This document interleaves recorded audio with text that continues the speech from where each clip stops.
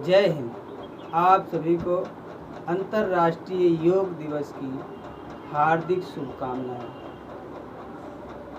इस अंतर्राष्ट्रीय योग दिवस के दिन हम सभी को यह संकल्प लेना चाहिए कि हम अपने जीवन में योग को शामिल करें, हम अपनी दिनचर्या में योग को शामिल करें और अपने शरीर, दिल और दिमाग को दृढ़ करें। निरोगी रहने के लिए स्वयं को तैयार करें। योग के दो अर्थ हैं। योग शब्द के दो अर्थ हैं। पहला, योग का मतलब है जोड़, अर्थात योग जो है वो हमें आध्यात्मिक शक्तियों से जोड़ता है। योग जो है हमारी आत्मा को परमात्मा से जोड़ने का काम करता है। दूसरा, योग का मतलब है शारीरिक क्रियाएं। योग के द्वारा जो शारीरिक क्रियाएं होती हैं वे हमें उत्तम स्वास्थ्य से जोड़ देती हैं। इन सभी बिंदुओं को ध्यान में रखते हुए और हम योग प्रारंभ करते हैं और अपनी आस्था को दृढ़ रखते हैं। तो सबसे पहले हम प्राणायाम करेंगे। इस अवस्था में आप अगर बैठ सकते हैं तो इस अवस्था में बैठ जाएं, लेकिन अगर पद्मासन पर बैठ सकते हैं तो आप पद्मासन पर बैठ जाएं। पद्मासन कुछ इस प्रकार से है। ऐसे करने से जब ऐसे हथेलियाँ रख लेते हैं आप, पहली उंगली पर को अंगूठे से टच करते हैं तो ये जो अवस्था होती है वो कमल जैसी कुछ अवस्था बन जाती है। इसलिए इसे पद्मासन कहते हैं। पद्म मीन्स कमल होता है और पद्मासन कहते हैं, अर्थात इसे हम कमलासन भी कह सकते हैं। तो कमल जैसा ये आसन है। ऐसे बैठने के बाद हम अपनी श्वास को जो है पुरजोर पूरी शक्ति के साथ अपनी नासिका से बाहर निकालेंगे और इस प्रकार जो क्रिया होगी वो कपालभाति प्राणायाम है।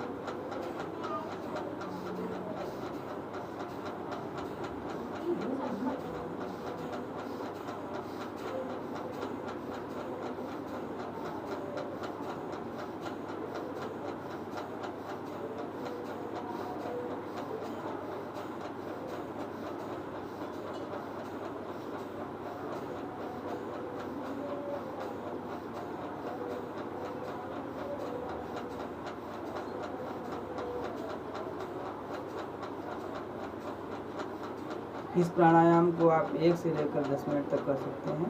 इसके बाद दूसरा प्राणायाम है जिसे अनुलोम विलोम कहते हैं और ये बड़ा लोकप्रिय प्राणायाम है, सबको इसे जानता है।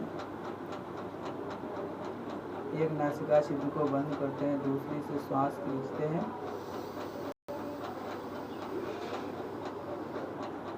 फिर दूसरी वाली को बंद करके पहली वाली से श्वास निकाल देते हैं।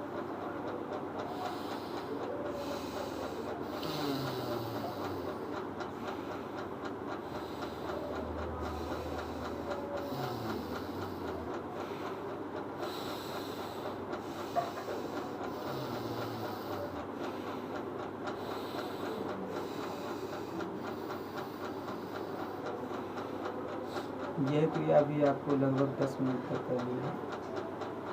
उसके पश्चात हम भस्त्रिका प्राणायाम करते हैं। तो भस्त्रिका प्राणायाम करने से हमारे फेफड़े जो हैं स्वस्थ होते हैं। कहते हैं फेफड़ों में 7 करोड़ छिद्र हैं और इस भस्त्रिका प्राणायाम को करके आप उन सभी छिद्रों को खोल सकते हैं और सामान्य सांस लेने में कहते हैं उसमें से 10-20% ही छिद्र काम करते हैं, जबकि भस्त्रिका को करके आप सभी छिद्रों को खोल सकते हैं, अर्थात अपने फेफड़ों को बहुत बहुत मजबूत बना सकते हैं।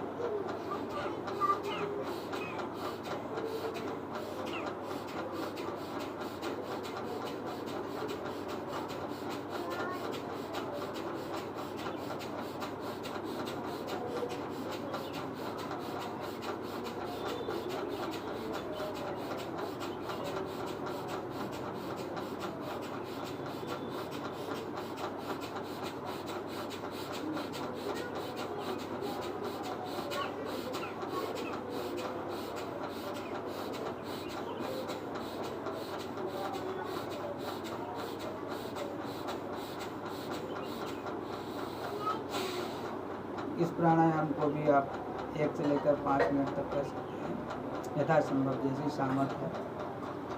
उसके बाद अगला प्राणायाम है जिसे हम भ्रामरी प्राणायाम कहते हैं।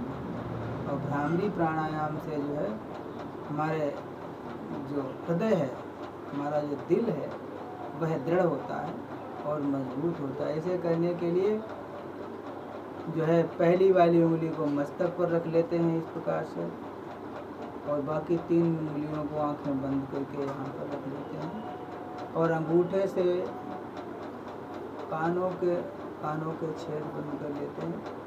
फिर लंबी सांस लेकर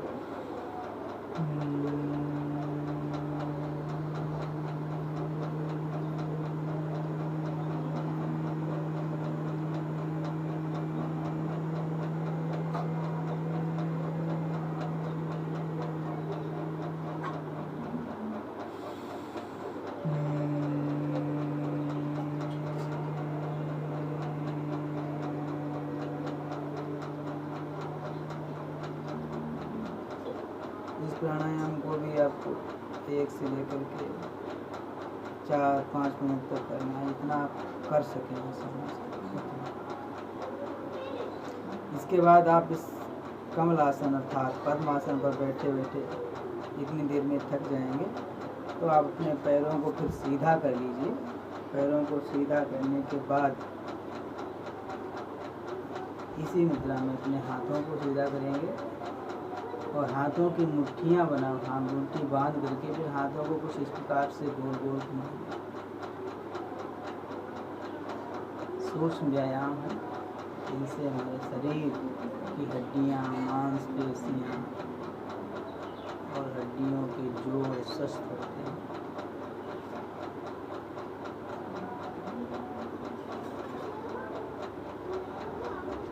इसके बाद आप इस अवस्था में बैठ जाएंगे। इस आसन को वज्रासन कहा जाता है। वज्रासन की अवस्था में बैठ करके आप अपनी सांस को जो है बाहर छोड़ देंगे और पेट को खाली कर देंगे।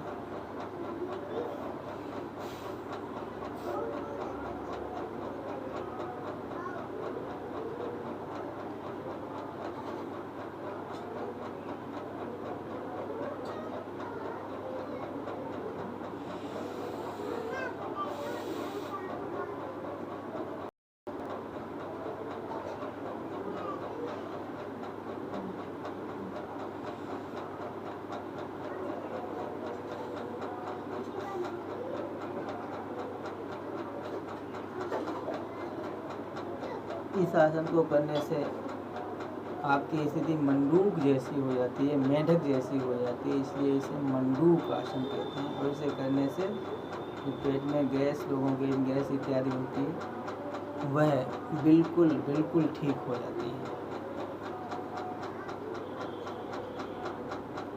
इसके बाद में एक और महत्वपूर्ण आसन है जिसे सिंहासन कहते हैं। सिंहासन करने के लिए हम कुछ इस प्रकार से बैठते हैं और हाथों पर वजन देकर थोड़ा आगे झुक जाते हैं और फिर अपनी जीभ को निकाल करके और फिर शेर की तरह आवाज निकालते हैं।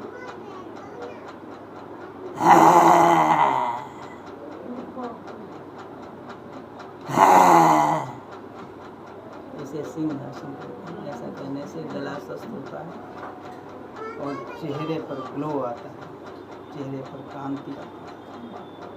योग करके आप अपने जीवन को स्वस्थ और समृद्धियों से भर सकते हैं, इसलिए प्रतिदिन योग करें। धन्यवाद।